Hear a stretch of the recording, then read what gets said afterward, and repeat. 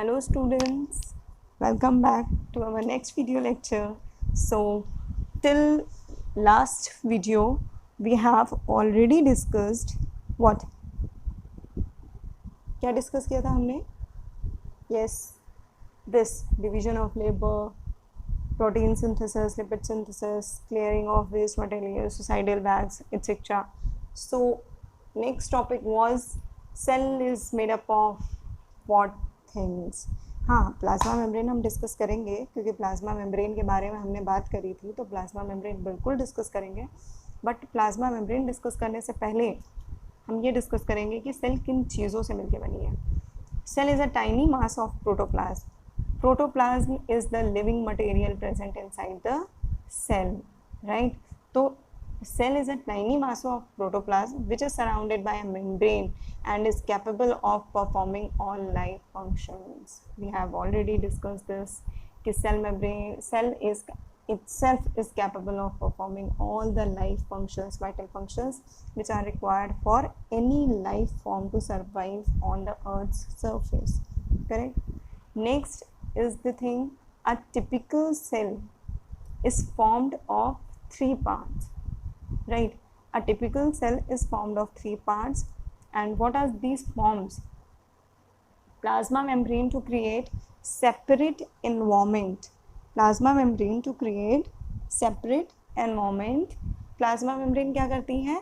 Division form करती है. यहाँ पे आप देख रहे हैं ये सेल है, ये साइटोप्लाज्म है, ये सेल मेम्ब्रेन है. सेल मेम्ब्रेन को ही हम प्लाज्मा मेम्ब्रेन कहते हैं. ये जो ग्रीन कलर की आउटर कवरिंग दिख रही है, यहाँ पे ये न्यूक्लियस है. तो यहाँ पे ये सेल मेम्ब्रेन है और ये आपकी न्यूक्लियर मेम्ब्रेन है. ठीक है, तो दोनों मेम्ब्रेन दोनों में है, प्रेजेंट रहेगी. न्यूक्लियस में अलग होगी, सेल में अलग होगी. ठीक है, ये प्लाज्मा मेम्ब्रेन है. तो ये देखिए ग्रीन और ब्लू बहुत डिफ्रेंशिएटिंग फॉर्म में दिख रहा है यहाँ पे. ये क्या करने का काम करती है? Plasma membrane creates a separate environment for other components. Nucleus for its control. Nucleus क्यों होता है? कि पूरी सेल को कंट्रोल करने का काम न्यूक्लियस करेगा. जिस तरह आपके घर को कंट्रोल करने का काम ऑब्वियसली आपके फादर करते हैं, कई जगह मदर भी करती होंगी, no doubt, but yes father करते हैं. सब कुछ मैनेज करने का काम फादर का होता है. उसी तरह न्यूक्लियस सब कुछ मैनेज करता है यहाँ पे. Then cytoplasm. Cytoplasm processing metabolic machinery. Cytoplasm आपका सेमी विस्कस पार्ट होता है जो पूरे सेल में होता है. जैसे ये साइटोप्लाज्म है, तो ये डॉटेड स्ट्रक्चर अगर आप मेंशन कर हटा दें तो पूरा बेस जो है वो साइटोप्लाज्म का है. और ये यहीं पे सारी मेटाबॉलिक एक्टिविटीज़ कैरी आउट हो रही होती हैं और इसी में सारे सेल ऑर्गेनल्स होते हैं. इसीलिए इनको बोला जाता है पोजेसिंग मेटाबॉलिक मशीनरी. ठीक है, coming on to the next video. Next slide. Yes, in this we are going to discuss about plasma membrane. What is plasma membrane or cell membrane? तो cell membrane या plasma membrane क्या होती है? Outermost delicate elastic membranous covering of the cell that separates its content from external environment to internal environment is called as plasma membrane. ये तो definition हो गई. Plasma हमने आपको पहले वीडियो में भी बताया था कि प्लाज्मा मेम्ब्रेन क्या करेगा? बाउंड्री क्रिएट करने का काम करेगा. जैसे आपके घर की दीवारें हैं, ठीक है, आपके घर की जो दीवार है वो आपके और आपके पेरेंट्स के रूम के बीच में एक वॉल है. तो वो क्या है? एक मेम्ब्रेन लाइक स्ट्रक्चर है. वो क्या काम कर रहा है? सेपरेशन प्रोवाइड करने का काम कर रहा है. किससे? आपके और आपके पेरेंट्स के रूम में एक वॉल क्रिएट हो गई, वो मेम्ब्रेन क्रिएट हो गई और वो क्या करेगी? एक सेपरेशन प्रोवाइड करेगी उस एनवायरनमेंट से, आपके पेरेंट्स के रूम के एनवायरनमेंट से और आपके रूम के एनवायरनमेंट में. उसी तरह प्लाज्मा मेम्ब्रेन करती है. जो आउटर एनवायरनमेंट होता है सेल का, जो साइटोप्लाज्म और बाकी सारी एक्टिविटीज़ जो हो रही है उससे और बाकी जैसे अगर कोई सेल है, कोई और सेल है और वो एक्सटर्नल एनवायरनमेंट में एक्सपोज है, उससे ये प्रोटेक्शन प्रोवाइड करने का काम करता है. राइट. प्लाज्मा मेम्ब्रेन की सबसे इम्पॉर्टेंट कैरेक्टरिस्टिक क्या है? कि ये सेलेक्टिवली परमिएबल मेम्ब्रेन होती है. Mark it as very very very very important. Right. Selectively permeable मतलब, अच्छा परमिएबल को समझते हैं. What is permeable? Permeable means कि परमिशन वर्ड से है.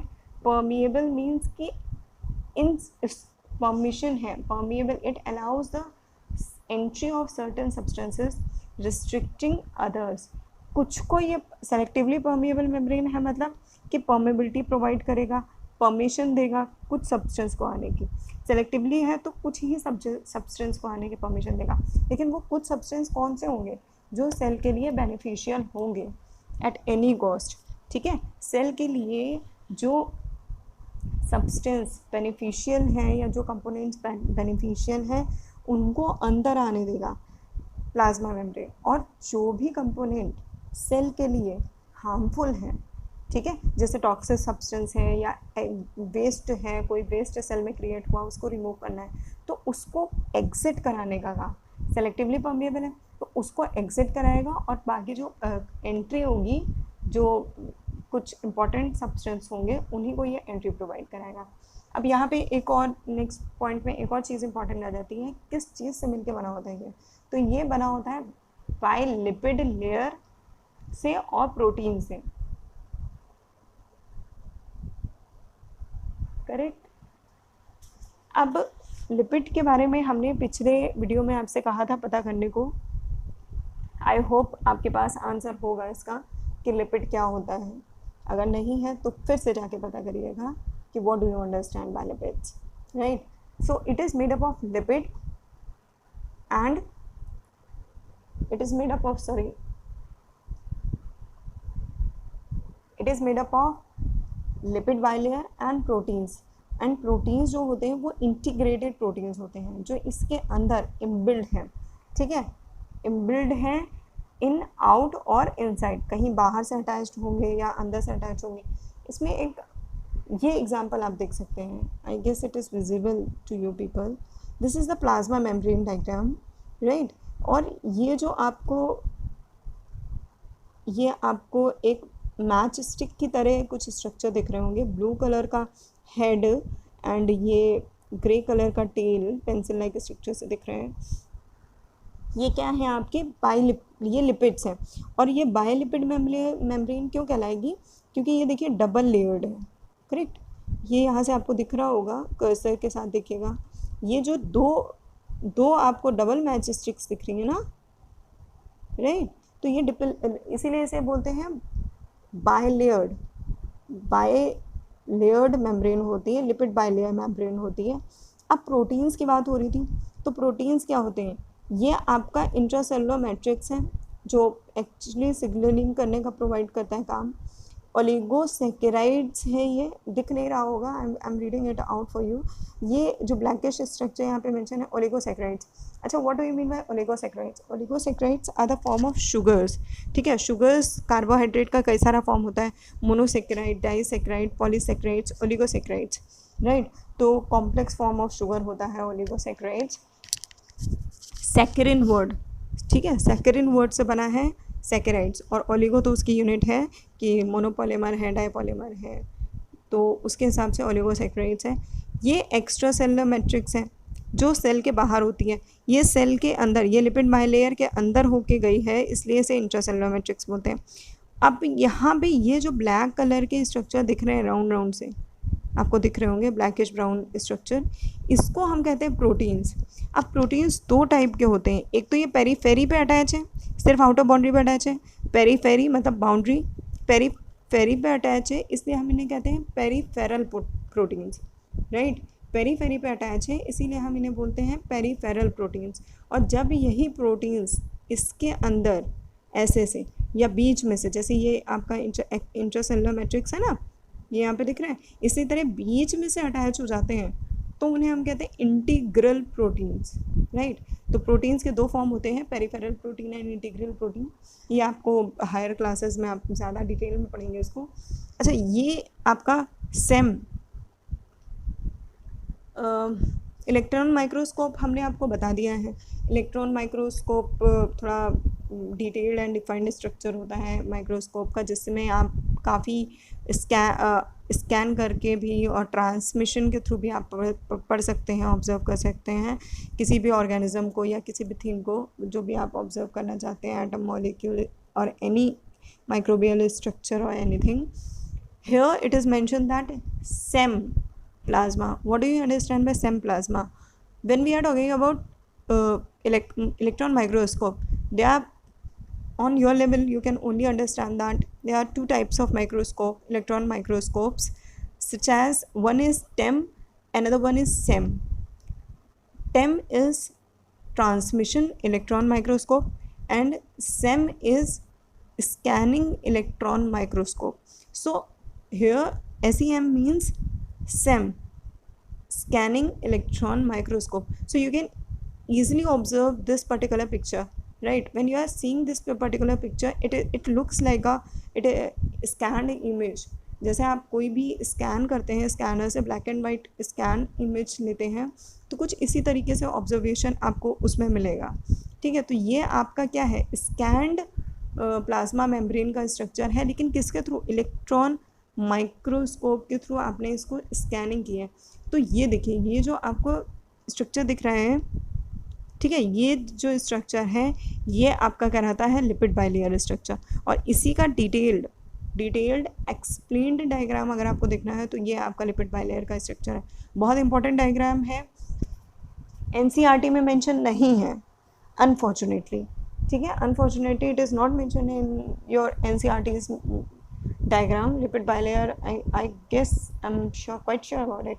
So you can draw this diagram in your notebooks or rough copies also, so that you can have a rough idea about these things, right? This is integral protein, this is peripheral protein, intracellular matrix, extracellular matrix, oligosaccharides. These are the various diagrams. If you are interested in higher education of your biology, so it will play a key role in this cell biology, ठीक है। Cell genetics है या cell biology है, उसमें आपका ये की role play करता है प्लाज्मा मेम्ब्रेन। अच्छा, प्लाज्मा मेम्ब्रेन फंक्शन करता है परमिएबिलिटी के बेसिस पे, तो सेलेक्टिवली परमिएबल मेम्ब्रेन होती है, तो इसी के थ्रू मॉलिक्यूल्स का एंट्री और एग्जिट भी कंडक्ट होता है। ये अभी आपने पीछे स्लाइड में पढ़ा, ठीक है। अब यहाँ पे कुछ ये लिपिड बाइलेयर का स्ट्रक्चर क्लियर हो गया। Small carbohydrates are attached at place to outer surface of the lipids. Small carbohydrates कौन से हैं, यही तो हैं, ओलिगोसैकेराइड्स की बात करी थी हमने, तो ओलिगोसैकेराइड्स हैं, ये फॉर्म ऑफ शुगर है, तो ये sugar carbohydrate is the same thing. Diabetic का अगर कोई पेशेंट है तो वो कार्बोहाइड्रेट का इंटेक करे या शुगर का इंटेक करे, एक ही बात है। सिंप्लीफाइड शुगर हो जाती है, कार्बोहाइड्रेट थोड़ा सा कॉम्प्लेक्स फॉर्म में होता है, तो वो place outer surface of lipids and protein, correct। अब what is the major function of this plasma membrane, how it functions, what is the function, shape to content of the cell। किसी भी outer membrane है ना ये, तो ये क्या करेगा, उस पर्टिकुलर सेल को एक शेप प्रोवाइड करने का काम करता है, कंसाइज रखने का काम करेगा। And after that when we talking about the strength of the cell, या सेल को एक किसी भी शॉक से बचाने के लिए, ठीक है, या डैमेज से बचाने के लिए उसको मैकेनिकल बैरियर की तरह एक्ट करता है। किसी भी एक डैमेज, एक तरीके से डैमेज प्रूफ हो जाता है यार सेल, ठीक है। सेमी परमिएबल तो इसका मोस्ट इंपॉर्टेंट है ही पॉइंट, तो semi permeable we have already discuss. Endocytosis का मतलब होता है किसी भी चीज़ को इंगल्फ करना और डाइजेशन कर लेना अपने अंदर ही। एंडो मीन्स अंदर, साइटोसिस मतलब सेल के अंदर, ठीक है, सेल के अंदर इंगल्फ करके उसका डाइजेशन कर लेना, the process is known as endocytosis.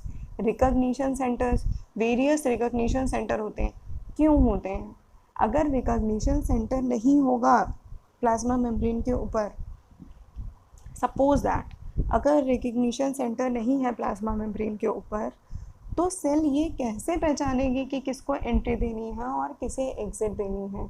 जैसे कि यहाँ पे है, ये एक्स्ट्रा सेलुलर मैट्रिक्स है या पेरिफेरल प्रोटीन है, इस पेरिफेरल प्रोटीन को, ये प्रोटीनेशियस स्ट्रक्चर को ही अंदर आने देगा, जो इसके अगेंस्ट होगा उसको नहीं अंदर आने देगा। तो ये पहचानने की टेंडेंसी भी तो होनी चाहिए। अगर ये टेंडेंसी, रिकॉग्निशन की टेंडेंसी नहीं होगी लिपिड बाइलेयर की या किसी भी कंपोनेंट की, तो कोई भी सब्सटेंस आएगा और कोई भी सब्सटेंस जाएगा। तो पहले तो प्लाज्मा मेम्ब्रेन की रेलेवेंट है नहीं है, इस चीज़ पे भी क्वेश्चनिंग हो जाएगी, कोई मतलब ही नहीं हुआ, फिर तो कोई भी आ जा सकता है। जैसे आपके घर का मेन गेट है, उसमें एक आपने एक वहाँ पे गार्ड बैठा दिया, उस गार्ड को आपने ये बोला कि इतने ही लोग, इस समय कोरोना चल रहा है तो हम सिर्फ अपने रिलेटिव्स या बहुत खास जो लोग हैं उन्हीं को आने देंगे, और उनके आपने पिक्चर्स दे दी, तो आपके गार्ड को ये चीज़ पता है कि सिर्फ इन्हीं लोगों को हमें एंट्री देनी है, तो वो आने देगा, अदरवाइज़ वो नहीं आने देगा। लेकिन अगर आपने उन गार्ड को इंट्रोड्यूस ही नहीं किया कि इन किसको आना है किसको नहीं आना है, तो गार्ड को वहाँ पे रखने से कोई मतलब ही नहीं हुआ। डोर तो आपका ओपन है, वो कोई भी आ सकता है, ठीक है। ठीक उसी तरह यहाँ पे भी फंक्शनिंग होती है। तो रिकॉग्निशन सेंटर्स होते हैं, फ्लो ऑफ इंफॉर्मेशन। अच्छा, जो आपके वेरियस आपके इंट्रासेलुलर एक्स्ट्रा सेलुलर मैट्रिक्स थे, वो आपके इंफॉर्मेशन को भी कैरी आउट करने का काम करते हैं। फ्लो ऑफ इंफॉर्मेशन मतलब movement of information various sites से, या कहीं दूसरी प्लेस से मैसेज भेजना है अंदर किसी सेल में, किससे या प्रोटीन सिंथेसिस होना है या लिपिड सिंथेसिस होना है, तो ये कैसे मैसेज जाएगा, इंफॉर्मेशन पहुंचेगी ना। तो वो फ्लो ऑफ इंफॉर्मेशन भी कंडक्ट करने का काम किसका होता है, प्लाज्मा मेम्ब्रेन का। देखिए गेट का, मेन गेट का बहुत इंपॉर्टेंट काम होता है। गेट और पूरी बाउंड्री वॉल जो आपकी वॉल होती है उसका बहुत इंपॉर्टेंट काम होता है। आना जाना पूरा वहीं से मेंटेन होगा, अंदर से बाहर इंफॉर्मेशन वहीं से आएगी जाएगी, सपोर्ट भी आपको वही प्रोवाइड करेगा, किसे आना है किसे नहीं आना है ये भी वही प्रोवाइड करेगा, पहचानने का काम भी आपका गेट कीपर ही करेगा, तभी गेट से अंदर आने देगा, नहीं तो आने नहीं देगा, ठीक है। Osmosis, osmosis is the some different process. Osmosis में क्या होता है, मेम्ब्रेन सेलेक्टिवली परमिएबल होती है कुछ कंपोनेंट्स को लेके, and the movement of solutes solvents takes place from higher concentration to lower concentration. The movement of the components takes place from higher concentration to lower concentration. This process is known as osmosis, ठीक है। इसको next में हम discuss करेंगे। Cell continuity करने का काम भी इसी का है। After that plasma membrane also functions as modified as the absorption of micronuclei. तो माइक्रोन्यूक्लियाई जो प्रेजेंट होती है वहाँ पे एब्जॉर्प्शन करने का काम भी थोड़ा सा स्पेसिफिक फंक्शन आ जाता है यहाँ पे एब्जॉर्प्शन करने का, लेकिन बहुत ज़्यादा आपके उसमें डिस्कस नहीं है इसको, तो आप you can skip also. And these are the basic functions of your plasma membrane, right. अब यहाँ पे एक और पॉइंट आता है, ट्रांसपोर्ट अक्रॉस द मेम्ब्रेन, ठीक है। ट्रांसपोर्ट कैसे होता है मेम्ब्रेन के थ्रू, और इतना ही डिस्कस करेंगे अभी हम।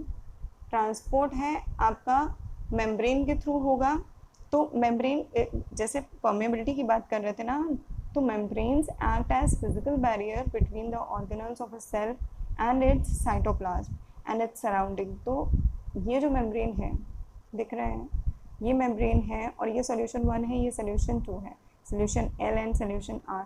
तो यहाँ से इस सॉल्यूशन से इस कंपोनेंट्स को इधर जाने के लिए जो परमेबिलिटी का प्रोवाइड करने का काम कर रहा है, फिजिकल बैरियर भी यही है, क्या, मेम्ब्रेन, राइट। इम्पर्मिएबल, अब इसी परमेबिलिटी से मेम्ब्रेन के ऊपर 3 पॉइंट्स बनते हैं, 3-4 बेसिक पॉइंट्स बनते हैं। Impermeable, what do you understand by impermeable? Impermeable means the substance which cannot pass through membrane. When any substance is not able to pass through this particular membrane, the membrane becomes impermeable to them. If the membrane is impermeable to any substance, the substance would not be able to pass through this particular membrane, correct? Next point is permeable. what do you mean by permeable? Both solute and solvent can pass through this. यहाँ पे जो आपका pink colour का solution है वो भी यहाँ से पास हो जाए जिसमें मिक्स हुआ है। सॉल्वेंट मतलब कि जिसमें मिक्स किया गया है, सोल्यूट मतलब जिसको मिक्स किया गया है, ठीक है। तो वाटर और शुगर का अगर मिक्सचर की हम बात करते हैं, तो water acts as a solvent and sugar acts as a solute, right. तो यहाँ पे सोल्यूट और सॉल्वेंट दोनों को अगर परमेबिलिटी प्रोवाइड हो जाती है तो membrane becomes permeable. And when plasma membrane की बात करते हैं तो it is semi permeable membrane. When it becomes semi permeable membrane, when it provides passages to solvent, solvent के लिए परमिएबल है बट सोल्यूट को पैसेज प्रोवाइड नहीं कर रहा है, ठीक है। जो सोल्यूट पार्टिकल है उसको नहीं पैसेज प्रोवाइड करेगा लेकिन सॉल्वेंट को पैसेज प्रोवाइड कर देगा, तो ये कहलाता है आपका semi permeable membrane. So coming on to the next is selectively permeable membrane. अब ये सेमी परमेबल मेम्ब्रेन और सेलेक्टिवली परमेबल मेम्ब्रेन में डिफरेंस बहुत ज़्यादा नहीं है, बट है, ठीक है। सेमी परमेबल मेम्ब्रेन है, आपकी परमेबिलिटी प्रोवाइड करेगा सॉल्वेंट को, बट सोल्यूट को पैसेज नहीं प्रोवाइड करेगा। लेकिन जब मेम्ब्रेन सेलेक्टिवली परमेबल होती है तो if membrane allows the passage of solvent and some selected solutes, तो कुछ selected ऐसे solute particles होते हैं, solvents होते हैं जिन्हें वो पैसेज प्रोवाइड करेगा, वहीं पे कुछ और solute ऐसे होंगे जिनको वो पैसेज प्रोवाइड नहीं करेगा, ठीक है। यहाँ पे इतना बेसिक सा आपको पॉइंट माइंड में लेके चलना है कि कुछ सॉल्वेंट को पैसेज प्रोवाइड हो जाएगा, कुछ सोल्यूट को भी पैसेज प्रोवाइड हो जाएगा। क्यों? क्योंकि सेलेक्टिवली परमेबल मेम्ब्रेन है, उसने सेलेक्ट किया है कि हम इन कंपोनेंट्स को ही परमेबिलिटी प्रोवाइड करेंगे, because these particular components are either useful और हार्मफुल। जो हार्मफुल है उसे रिमूव करने के लिए, यूजफुल है तो उसका इनटेक करने के लिए, लेकिन सेमी परमेबल नहीं होगी। यहाँ पे मेम्ब्रेन दोनों तरह से एक्ट करती है, सेलेक्टिवली परमेबल की तरह भी और कई बार सेमी परमेबल मेम्ब्रेन की तरह भी एक्ट करती है। तो आप प्लाज्मा मेम्ब्रेन का जो पॉइंट है इसको आप पूरा अच्छे से इसको देखिएगा, और फर्दर नेक्स्ट वीडियो में हम डिस्कस करेंगे जो इससे ऑस्मोसिस से रिलेटेड कुछ पॉइंट्स होते हैं उनको हम डिस्कस करेंगे, एंड कैसे परमेबिलिटी या एक्ट होता है वो हम डिस्कस करेंगे। फिर जो आपके बाकी के सेल ऑर्गेनल्स हैं जैसे कि सेल वॉल है, न्यूक्लियस है, उसको हम नेक्स्ट वीडियो लेक्चर में आगे कंटिन्यू करेंगे। I hope whatever things I have discussed in this video are clear, and if they are not clear you can ask in the comment section. And one more thing, read all the 3 points mentioned in your NCERT page number 60, right? 3 things which will happen when one question is there on page number 60. What will happen if we put an animal or plant cell into a solution of sugar और salt in the water, ठीक है। इसको आप देख लीजिएगा, इसके through आप go through this particular 3 points and these are relevant points we will be discussing later on. And page number 61 पे आपको 2 क्वेश्चन मिलेंगे। First question is how do substances like CO2 और water move in and out of the cell, discuss. तो CO2 और water कैसे move in करता है, कैसे मूव आउट करता है, कैसे क्या होता है प्रोसेस, उसको डिस्कस करना है। सेकेंड क्वेश्चन है why is the plasma membrane called a selectively permeable membrane. Most important thing, why plasma membrane is known as selectively permeable membrane. ये 2 क्वेश्चन हैं, इन 2 क्वेश्चन को आप अपने नोटबुक में कर लेंगे। जिन्होंने कर लिया well and good, if you have not done it kindly do these question in your notebook, start preparing your notes, and we will be meeting in next video lecture, and till then take care students. Thank you class.